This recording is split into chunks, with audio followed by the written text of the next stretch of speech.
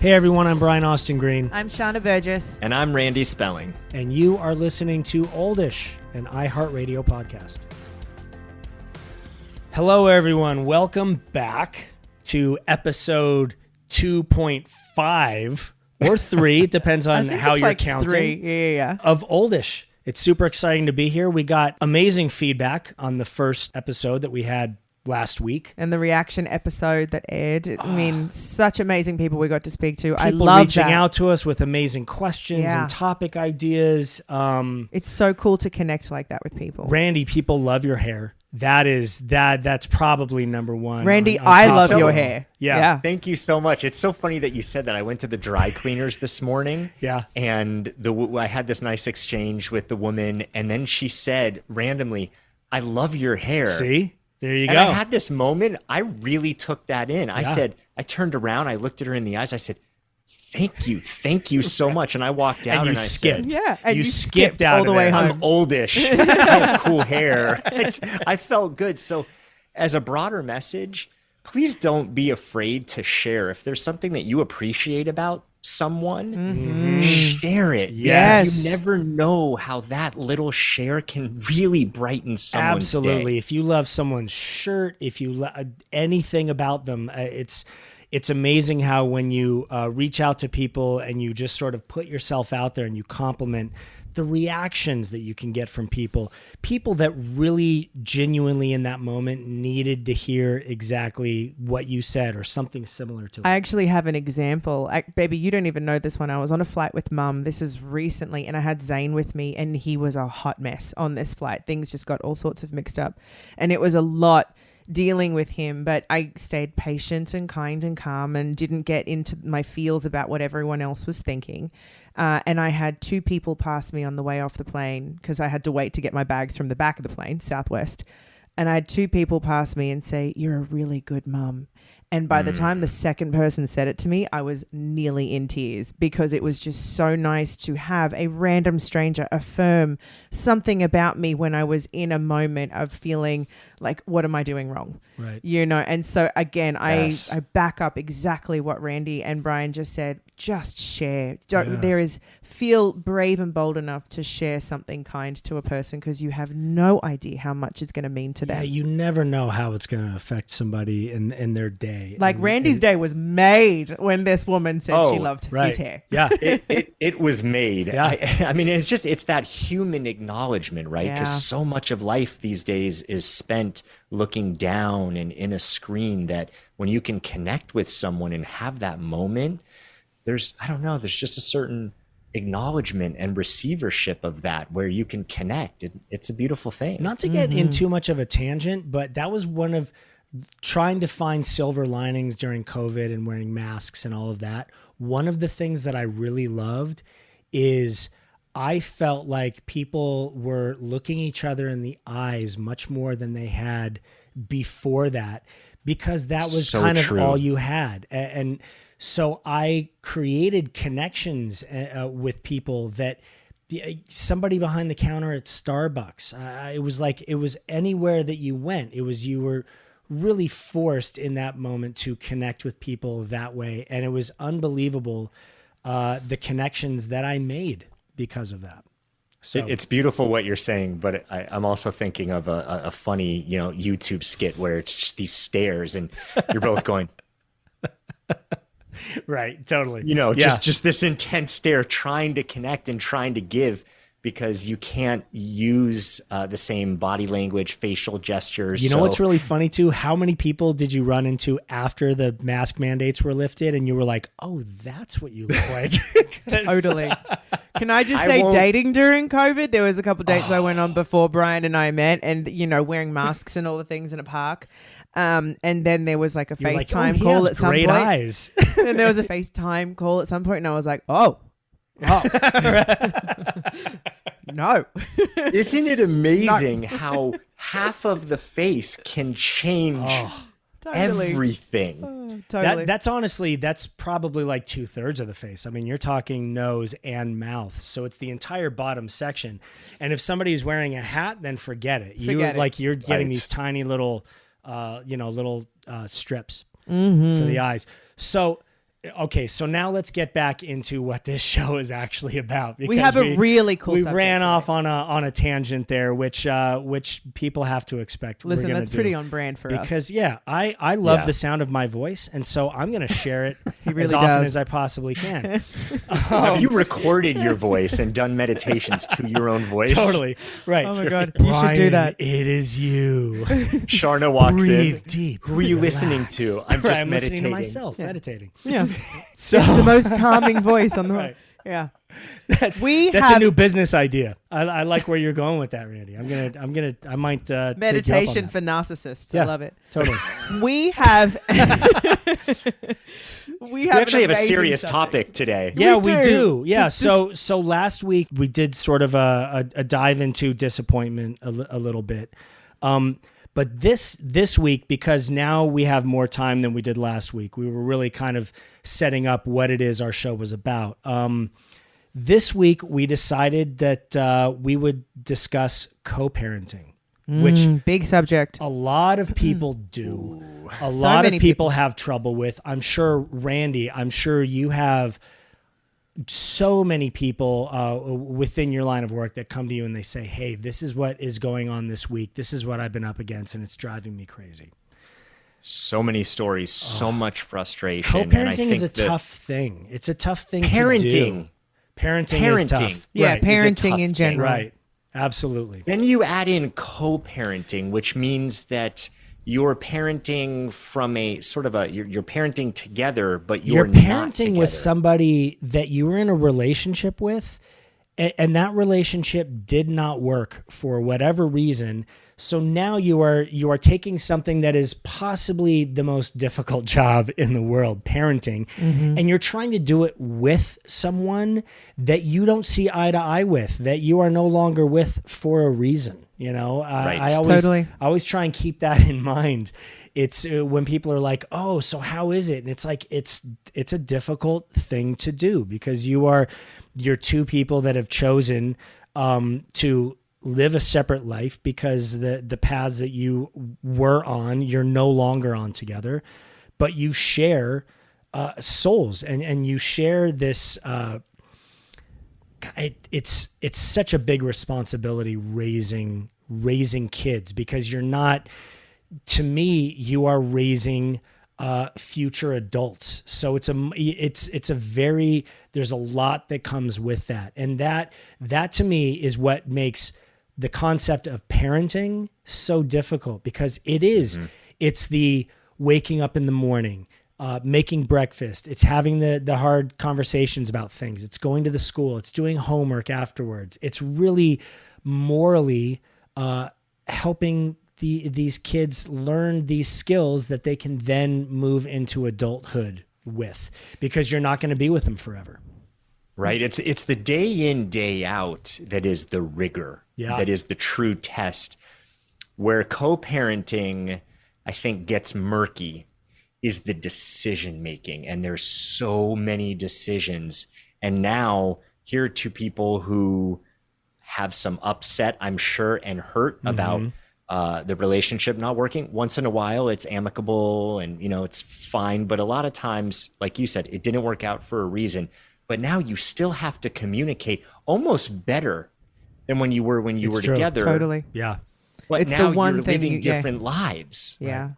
I think, baby, you are the one that can speak on this because Yeah, and Brian, I you take said, it away. What do you mean? Why with 5 kids? I don't understand where you're coming from. I think for me, what would be really interesting for people to hear is that you have two very different experiences of co-parenting. I do. Yeah. Vanessa is a very different experience to Megan. Yes. And I think that sharing on that would be amazing. And obviously I think over that time, you've also grown and understood how to be better at co-parenting as well, and we, if I do say so myself, do a fantastic job co-parenting. We do.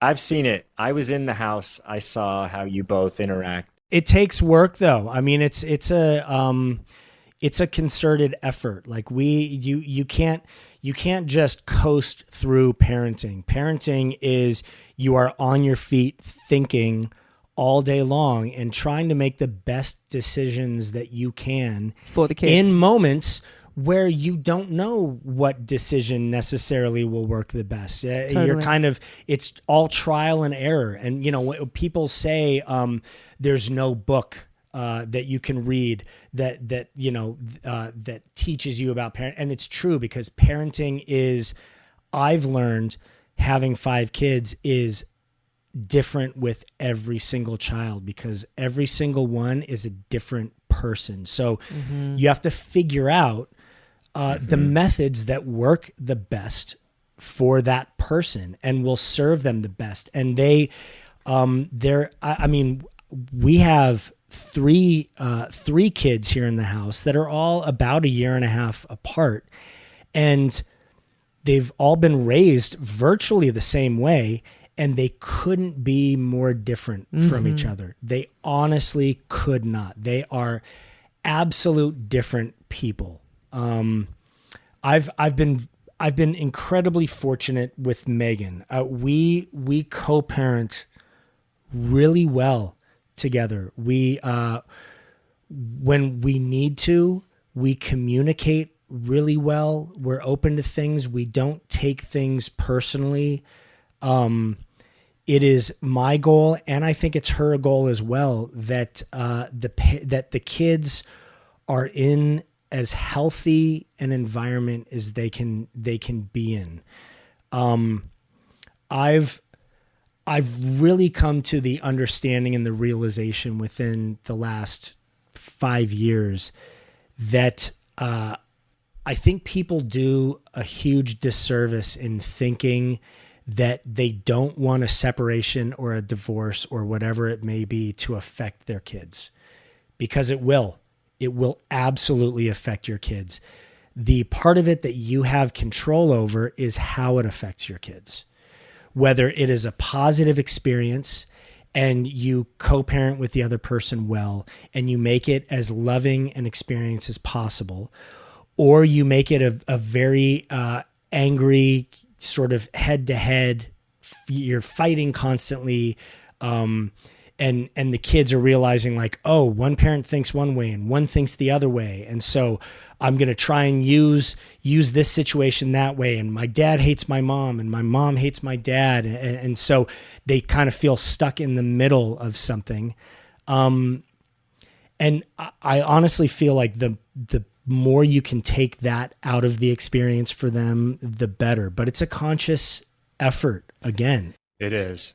There's something that I think is the through line here for co-parenting well, is that it always has to be about the kids.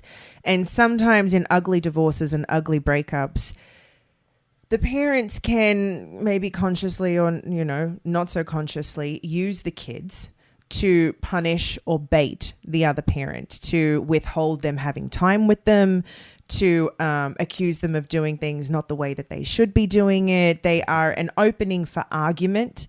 And they become then, these poor little kids are the ones that are bounced around. And I say that from experience. My parents separated many times when I was a kid. And my dad was a very, very complicated human. And he would say to me when I was little, who do you love more? He would ask me who I wanted to live with. He would tell me that my mummy was the reason my daddy couldn't be around. These things stuck with me from the age of 6 and 7 and 8 years old, for the years that it went on, into my adulthood.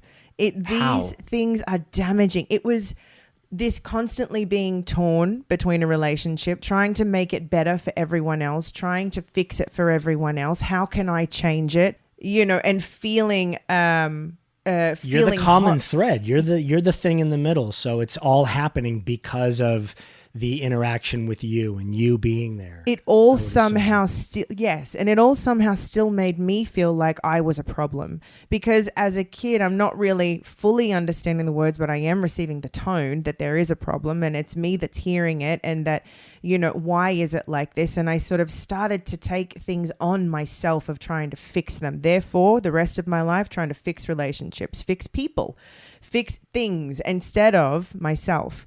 And so these things are so unbelievably damaging. And what I love about Megan and Brian and the way that they co-parent, which I now fit into this mix, is that it is always about the kids. And of course, in the beginning of their separation, it wasn't just we're best friends. You know what I mean? But it was hard. They made a choice to have the kids be priority. They always made a conscious effort of making it about the kids, to give them representation of respectful conversation, to never ever say bad things about the other person to the children, and to protect them from media and everything else about the horrible things that are being said. No one ever wanted there to be an ugly light painted of the other person. Whereas, excuse me for saying, but in your first relationship, that was absolutely not the case, right? And that was very damaging for Cassius. I think one of the best things that I ever heard from Megan, because she comes from a divorced home, and she was young when it happened. She always said to me that one of the things that she really loved about her relationship with her father was that she never heard him say anything negative about her mom, ever. So it stayed with her. It stayed with her, absolutely. And the opposite is true, by the way. That stayed with her because it was so positive. When it is so negative and one parent is blasting the other parent, that stays with them too. And that becomes a certain level of toxicity that builds such a deep resentment. Yeah. Absolutely. Absolutely.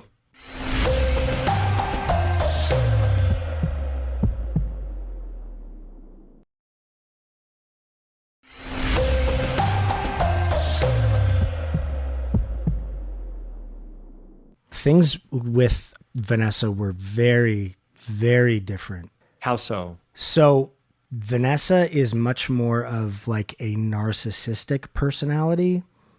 So our relationship in general was, it's difficult. I'm sure you've spent some time with someone that is a narcissistic personality, and it's hard to make sense of when you're in it. It feels, you start to feel crazy. It feels like the upside down. That way. They make you feel like you're the problem. So yeah, not them. in finding out about narcissistic behavior, what I've learned, and I am by no means an expert on narcissistic personality, but what I've learned and what made sense to me was that narcissistic behavior starts with a trauma at a very young age for someone, and they create a world around them that is safe, that they can live in.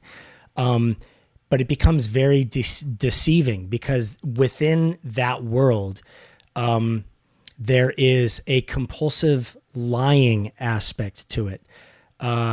So that is sort of the natural response, is you sort of lie yourself out of something, but then pathologically you believe it at the same time. So it becomes very confusing for someone that is not within the same space.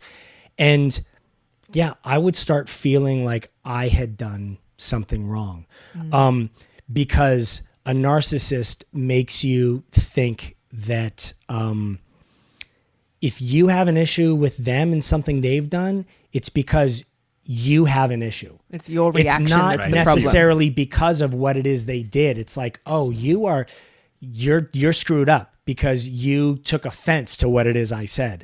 Right. There's very little to no self-accountability or self-responsibility. Right. No. So none. Just to jump in and help share, because Bry's obviously shared so much with me. One of the things, because we're talking about co-parenting, Bry went through a period of time where he was really unwell, and he wasn't able to get out of bed for a long time. He couldn't get in a car. He had vertigo, massive vertigo. This was all a beginning of very deep neurological stuff. And it went on for years. And that period of time, it was very difficult for him to make it to see Cassius, right? But those years that he wasn't able to go see Cassius, Vanessa made no effort to make sure that Brian got time with him. Instead, she painted him as an absent father who chose not to be around for him.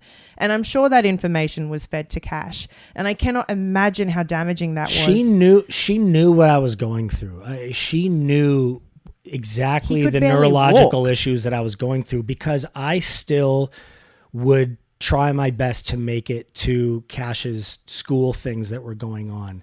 So we had conversations. She knew what was happening. And so to then find out after the fact that at the point when I started getting better, that she then was painting it as I had abandoned Cash during that time, when the reality was I was dealing with such brain fog in what I was going through. I reintroduced my best friend of 25 plus years to my sister, who he had also known for 25 plus years. They were in the same room together. And I was like, "Oh, Scott, have you met my sister, Lorelai?"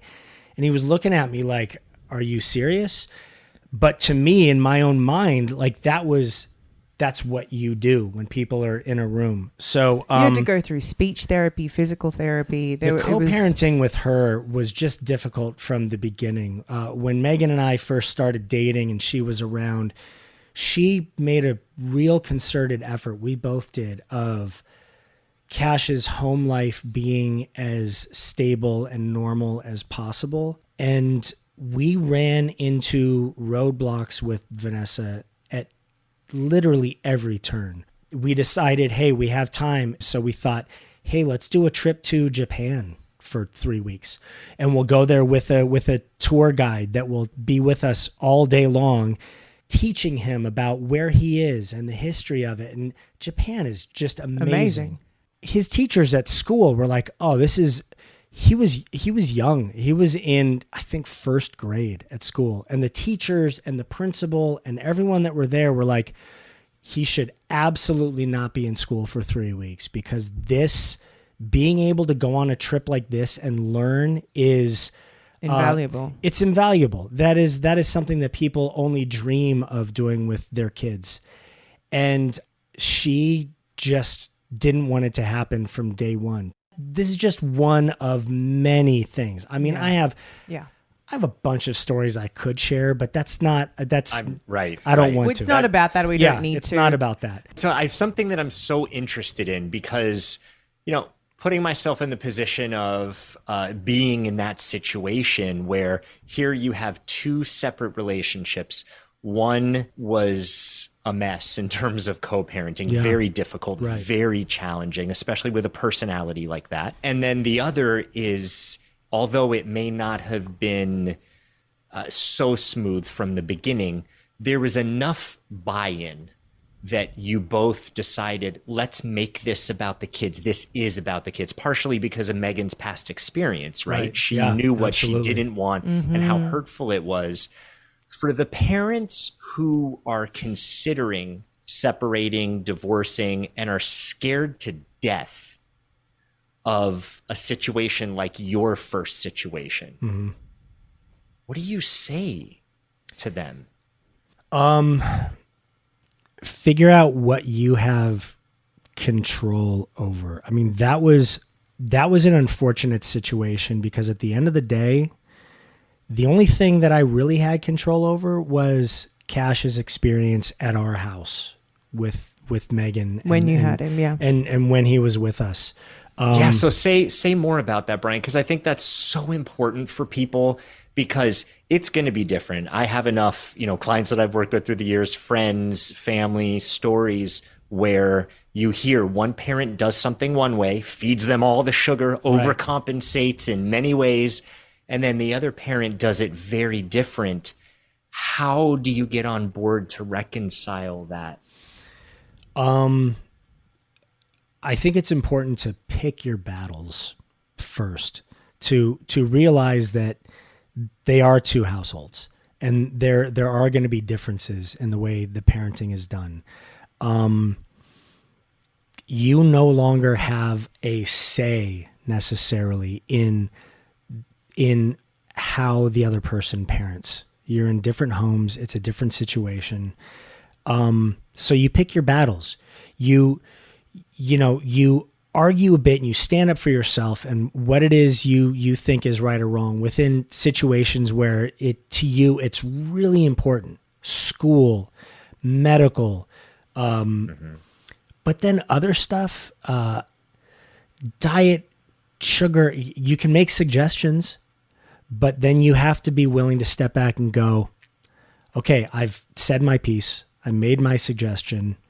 That's as much as I can do. Why going into it and deciding I'm going to make as big a battle out of this as I possibly can?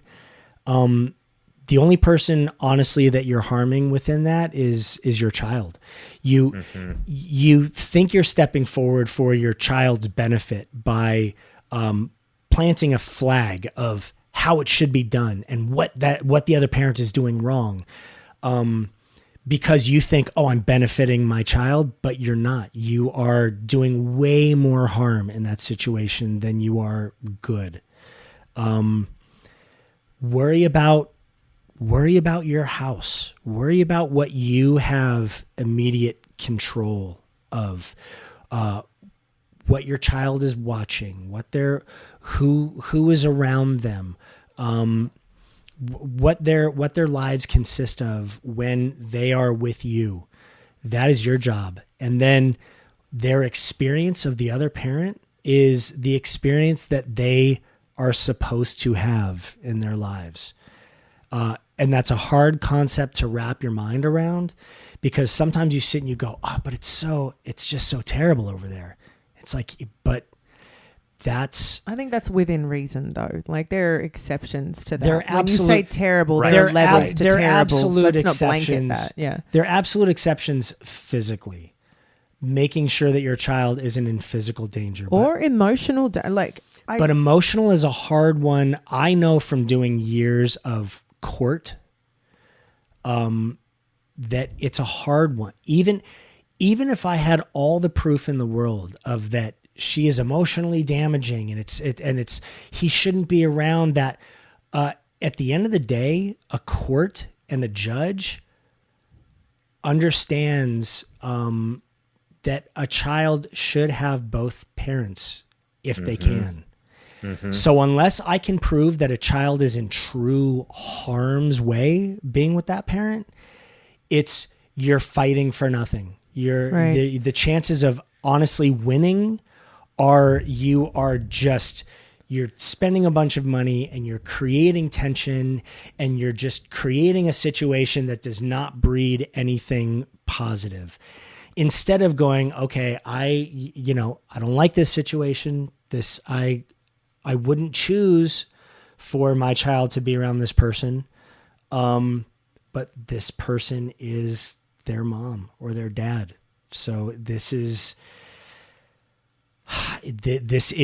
what it is. I can only make sure that they are safe, or as safe as can be.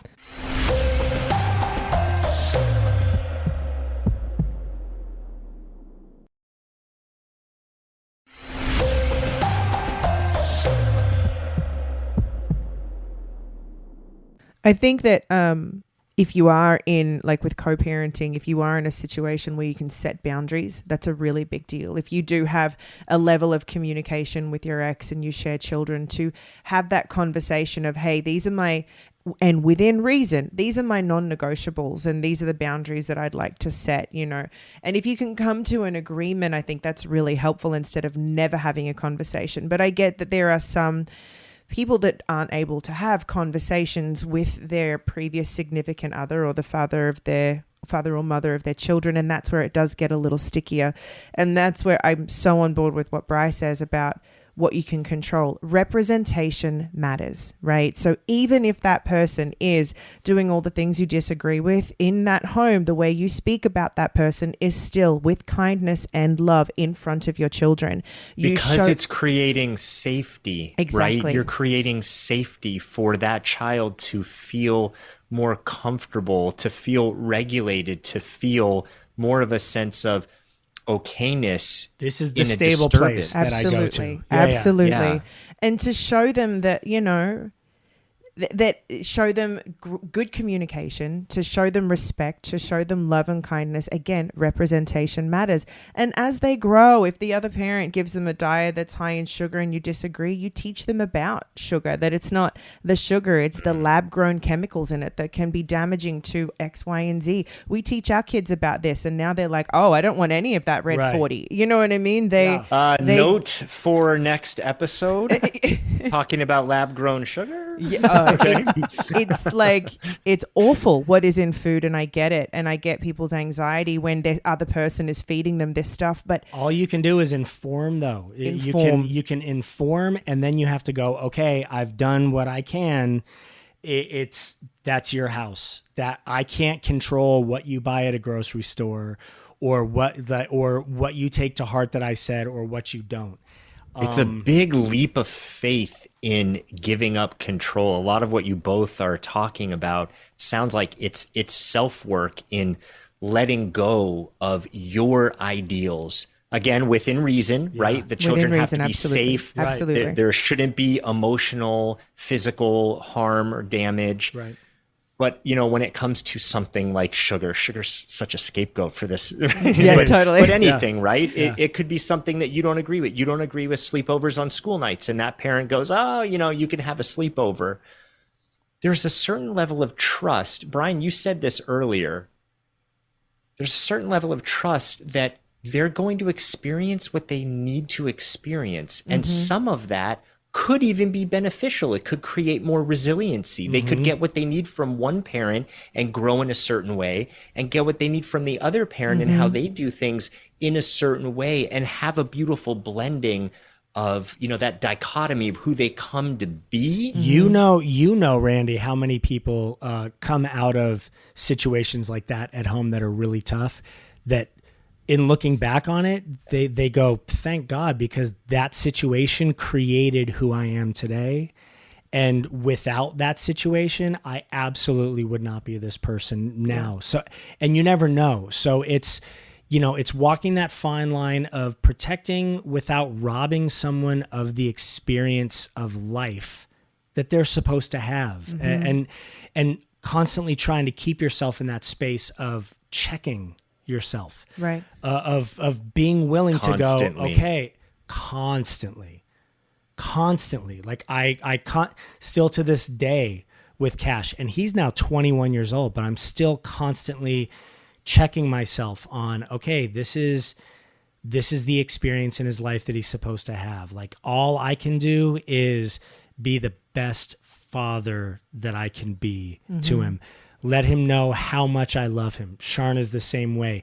When he comes over here to the house with his boyfriend Ian, it's like, this is home. You guys, absolutely, please. It's a safe space for him, and he knows that. They felt it. I was able to be there, and I got to see Cash and meet his partner, and you could feel the comfortability in, just how he showed up, how he entered the room. It was incredibly present. I was like, wow, that says a lot. Yeah. It's amazing. And it was hard because I had to, there was a part of me in looking back on my health stuff, and then my relationship with Cash. That was a hard one for me, because I knew as I was coming out of what I had experienced that my relationship with him had suffered as much as my relationship with the other kids, and my relationship with Megan, and my relationship with my parents, and it affected my relationships with everyone across the board. But Cash was a tough one, because when you go through something that neurologically takes you out for 4.5 years, it ends up being way more of a self-confidence issue than it is a physical issue. And I knew you spend so much time later on as you're improving through something, trying to figure out ways of tricking the people that are around you. So people don't, when they're standing in front of you, think like, oh, something's wrong with him. It's like if you hurt your ankle doing something, and then somebody sees you a week later and they go, oh, your ankle's feeling better. But like, to you, it looks like it's feeling better because I bust my ass to walk on it like a normal human being, but it hurts me daily, like, and every second of the day.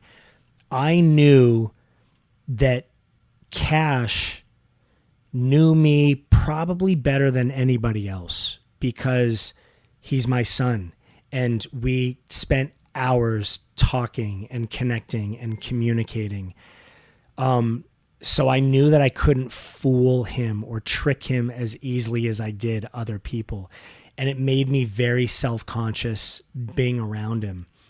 And so there was a lot of coming out of that time period, a lot of just honest apologizing to him and promising of, I'm so sorry that you went through this experience the way you did with me.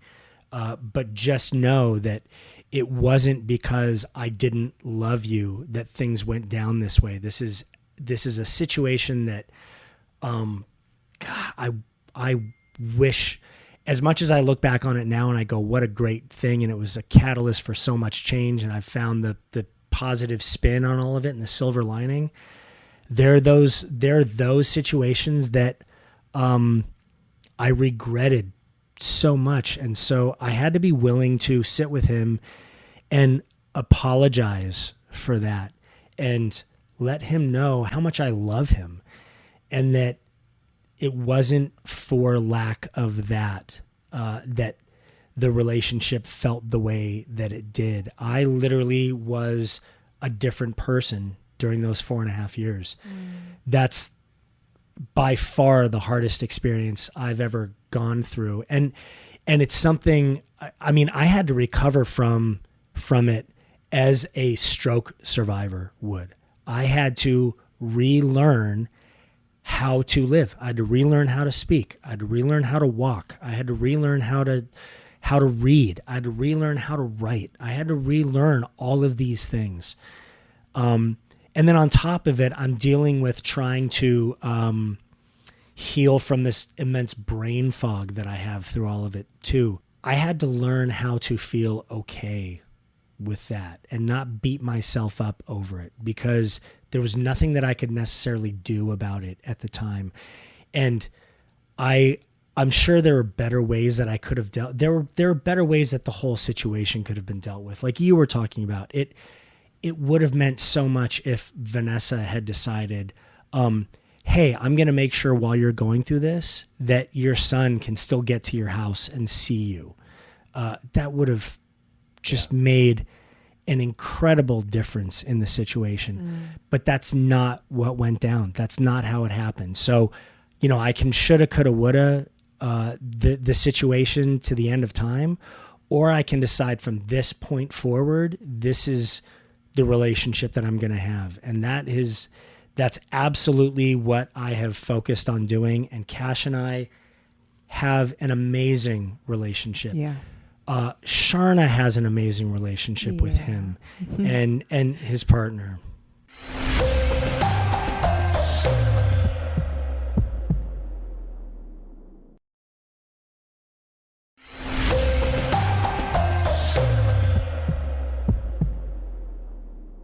I want to hear about this from Sharna's perspective, because Sharna, please, you can give a little bit of insight as to what it is like to be a partner of a co-parent, what it is like to come into a situation with 4 kids. It's I get asked this question often, and everyone asks, how did you do it? How did you do it? And was it hard? And I honestly have to say that blending into this family was one of the easiest things that I've ever done. So then I think to myself, okay, so how did we do it? What was it that worked? Why was it so good? How do I bottle that and tell people? Because I want people to have that experience.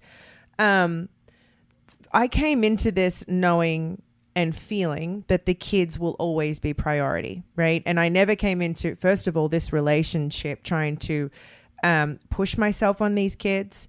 I wanted to get to know them slowly, to be authentic, to just show them who I was, to be their friend. By no means did I ever try to be a mother to them, but also to jump in to demand their closeness too soon, right? I think that is a mistake that you can make with kids. You got to let them get there. They have a mummy and a daddy. I'm the new person in this mix, and I just want them to get to know me without me with an agenda, without me being in anyone in particular, just me. Let's play, let's have fun. But it's the accent. It's the accent. I just figured it out. Well, it was also Duke and Daisy. You cannot be threatened with your accent. Maybe. It sounds Listen, so nurturing. I can be really you tough don't sometimes. live here, Randy. You Yeah, don't you live don't here. know. It can That's also true. there can be an abusive tone within it. You need to be around long enough. You'll see. Yeah. Something that I can be real mean. But can I just interject real fast? One of the most amazing things that Noah would say to me constantly was that Sharna is possibly the nicest person that he's ever met. And that to me, every time Noah would say that, I was just gushing. It's so sweet to hear that. And I think that's because I was genuine, right? And we did it slowly. And there was I was suddenly sleeping over. It was their choice all the time. Hey, do you want to go see Sharna? And we made it exciting instead of it being, would it be okay if it was like, we made it exciting for it to see Duke and Daisy or to see me. And again, we did it slowly. And I was just genuinely who I was with them. And when it came into stepping into co-parenting, remember when before I'd met Megan, when I saw her at the restaurant? Yeah. So we had been dating for a little bit and I hadn't met Megan yet. I wasn't. How long? Maybe a couple months. Yeah, like 3 months. Okay. Maybe 3 months. It was new, but we definitely were in it, and I wasn't around the kids all the time, but I was definitely around them a couple times a week. And I really felt like this was a long-term thing. Anyway, I was at a girls' dinner at a restaurant at Catch, LA, and suddenly Megan and Colson walk in and they sit at a table that's, almost opposite. And I didn't see them walk in, and my girlfriend that was sitting next to me looks at me with these eyes that were like a cartoon character, just like staring at me like, did you see? And I'm like, what's wrong? You okay? What's up? And she's sort of signaling like over there. And I followed her eye line and I saw Megan and Colson sitting there. And for a brief second, we connected. Our eyes passed each other. And then I went back into my conversation. I felt like here is not the time and space with so many eyes on us for us to, on her, because no one I think even knew we were dating at the time, for us to have this meeting. But I left there thinking, I think it's time I reach out to her. And we've seen each other now. I don't know if she recognized who I am or not. I have no idea. I know people did know we were dating. It was public knowledge. Yeah. And I text Bryce straight away when I left the restaurant, and I was like, hey, would you mind giving me Megan's number? I want to reach out to her and just introduce myself. And because, I'm around the kids all the time. So I did that. I reached out to her. I said, hey, Megan, it's Sharna Burgess I'm dating, right? We crossed paths at the restaurant. Whatever my message said, I would love if you have... I'm around your kids all the time and they're beautiful and wonderful. But if you would ever like to meet me, get to know me or know more about me, please just let me know. We can grab a coffee or a tea sometime. And however I finished it, I don't remember. This is years ago now. And I think she really appreciated that, starting off with openness and saying, hey, I'm here if there's anything you want to know about me. I always tried to be neutral in the beginning of our relationship, to not have some preconceived idea of who she was before I met her. Media can be a crazy thing. I don't believe a thing that comes out in it. I just wanted to get to know her for myself. And we allowed that to happen. And I think we co-parent really well. It's always about the kids and what's best for them. And sometimes, we are able to do things Sharna all has together. A beautiful relationship with Megan. They if they are at the school for an event, they'll sometimes be in their own little spot talking for half an hour, 45 minutes, just completely on their own. And they're like laughing and they're joking and she's having an a great awesome time. woman, and she was, is a part of raising these beautiful children. And so simply because she's an ex, there is no need for me to harbor any resentment towards her. They had their experience. It has nothing to do with me. How it went down, what went down, it is zero of my business. You know, what is my business is being a part of creating a healthy, loving, open and respectful environment for these kids. And again, representation matters. Our language always in this home about their mum is always beautiful and wonderful. And we're lucky because we have a great relationship. We're not trying to cover anything up. You know what I mean? But I think what's so important is that we have made that a priority for us to be able to interact and have a great time. And, you know, it's a conscious effort. Effort. Yeah. When they're going over to her house, it's a conscious effort of talking. Oh, mommy's so excited to see you and she's missed you guys so much and she can't wait for you to come over. Absolutely. And then when they come back, hey, what'd you guys do? That was fun. Tell us all about it. And so we constantly keep the lines of communication open so it never feels like it's a secretive place that they've gone to and they can't be open about it. Yes. And what do you see in the children because of that? Because that's so important. They have no anxiety about. I see joy. I see it as a positive experience when they go from one house to the other, that there is no, they don't tense up. You don't see that thing of like, you know, oh, you're going to go to your mom's house. And then they just kind of like shrink down a little bit. They're still proud of themselves and who they are, and they're confident. And they don't, if I can add on to that, especially like with kids, they don't feel any guilt about having fun at the other parent's house. They don't feel any guilt or shame about enjoying or loving what is over there. They have two spaces that they enjoy and love to be in. And that is so important, because when a child feels that guilt about, you know, loving the other parent and what they have, or even their partner, the kids love me deeply. Megan knows that, but that is not an issue for her. Do you know what I mean? There's no jealousy there. It's not a replacement. It's not a replacement. It's an adjunct. Absolutely. Right? It's, again, making it this cohesive environment and beautiful, loving environment for the kids. There is no... again, you might be able to help me say this better, Randy, but there is no guilt or shame about loving the new person, me in the group, or loving mummy and daddy. And they don't feel like they have to split themselves. It is just love and abundance. And I think I think you're saying it beautifully. I mean, that is one of the biggest things with children, is then feeling, because of comments and rhetoric that they hear about the other parent, then they start to have this internal world in themselves of, I'm going to make it sound worse, or I'm not going to share what I did over there as to not upset you. And then now they're so internal, playing this chess game. And if you could eliminate the chess game, if there's one takeaway for co-parenting, and co-parenting, let's say successfully, is eliminate the chess game, no matter what happened in the relationship. That's something else that you could work out in therapy, talk a lot about it, do journaling, hire a coach, be adults, whatever. And go work it out on your own. But it's about the children. And if you create a safe environment from everything that you've shared, when you create a safe environment, the children can feel safe, less anxious, and more okay to blossom and be who they're going to be. Right? Agreed. There is so much more that we could say about co-parenting. I know that the boards are going to light up over this. What are some of the most common questions that you get from people Randy, doing what it is you do, asked about co-parenting? I would say I get more questions about parenting. But then when it comes to co-parenting, it's how do I communicate with my partner when they don't want to communicate, when they're only angry, when there's resentment, when I don't even want to communicate with them yet? We have to make these decisions.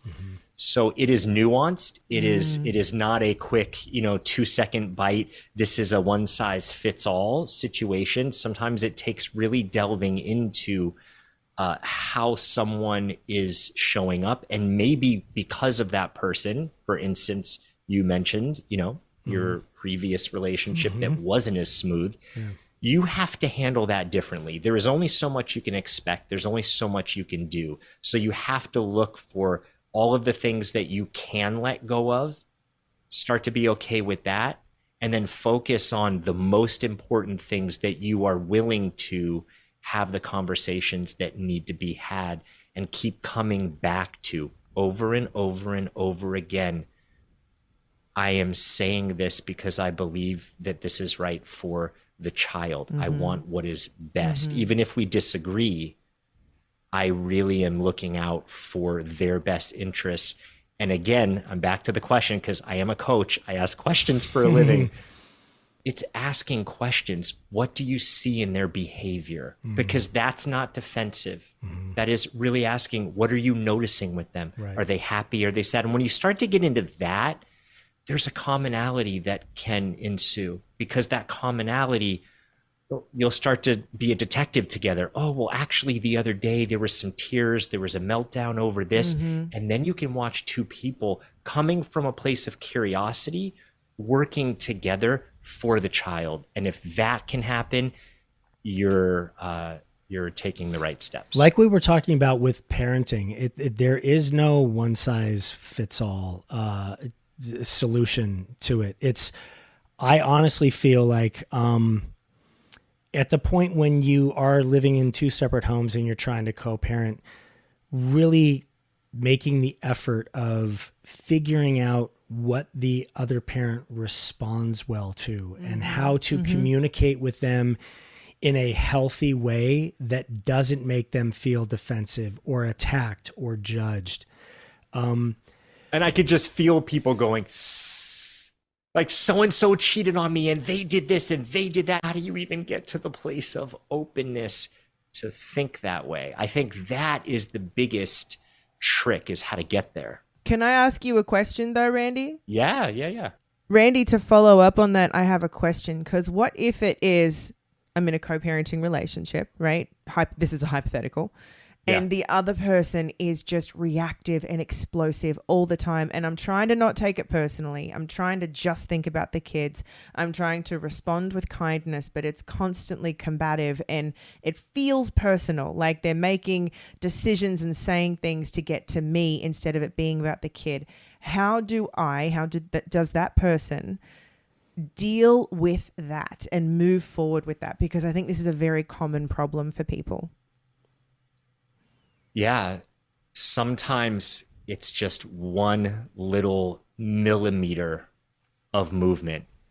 You can't expect that conversation with that parent is going to just magically turn around. The word that comes to mind is diffuse for the greater good. And the first round of diffusion is the hardest. The first cut is the deepest, right? The first round of diffusion is the hardest, because there's an expectation. Okay, I'm going to diffuse. I'm going to take the higher road and then it's going to work. It's not about working. It's about, over time, consistently choosing to do what you feel is good, is in alignment, even if it's hard for you, because eventually, it's not a guarantee, but eventually, over days, over weeks, over months, if you continue to diffuse, it will sometimes help. Time does heal, not always, but it does help. And especially if there's not, because when two people are in a relationship and it doesn't work out, and one is angry or the other is angry, one is dug in, the other is dug in, then the problem with that is that each person feels right.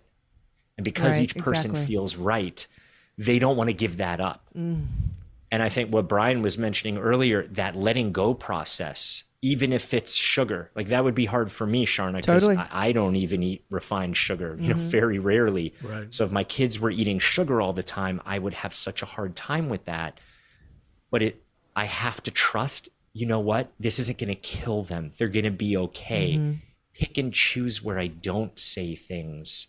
And the more things that I don't say, or one thing that I could let go of, energetically helps there to be more space and openness. I always try and make a point in situations of questioning myself of, okay, even if I win right now, do I really win?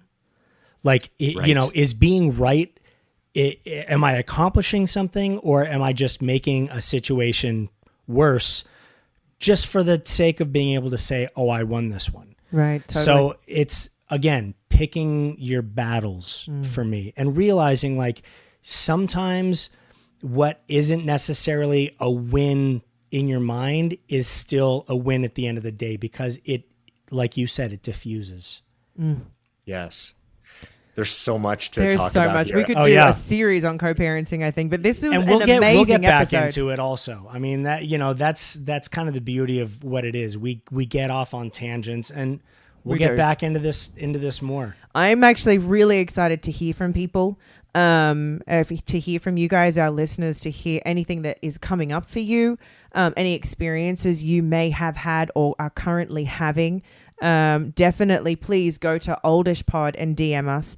And if you would prefer, you can use the phone number, which is 855 Oldish 3. Oldish 3. Yeah. I'm so excited to hear from you guys. I feel like this was an amazing episode. And like you said, Randy, there is just so much that could be said on this subject. Yeah. Oh, we could be here for 5 hours, and we could be the aromatherapy candle that everyone needs in their car. You know? Totally. So make sure that you send us your questions, your comments. We want to hear them all. And actually, we never tell people this, and we're supposed to subscribe, please. Oh. We Yes. need subscribers. Wow, do we need? And also please rate us. 5 stars. Please rate what this experience is for you to listen to. Please. Because it's important, honestly, for us, for the validity of what it is we're doing, for people to, you know, say, hey, this really accomplished this for me, and it really helped it. Those comments help more than anybody could possibly know. Comments, so and share it around on social Yes. media, wherever. Let people know we are here. We are a new podcast, but I'm really enjoying this, and hopefully you guys are too, and we get to do this for a long time. Yeah. All right. See you next time, everyone. See you next time. Bye, everybody. Thank you, everyone, for listening. Yes, you guys are amazing. Make sure you guys go and follow us on Instagram at @oldishpod. And you can also go and leave us a message at our own hotline, which is 855-OLDISH-3. Make sure and write us a review. Leave us 5 stars if you loved it. Leave us 5 stars if you didn't. We It love helps. 5 stars. We love 5 stars. Yeah. You Give us like all 5 the stars. Yeah. See you All next right. week. Bye, everybody. Bye. See you next week, everyone.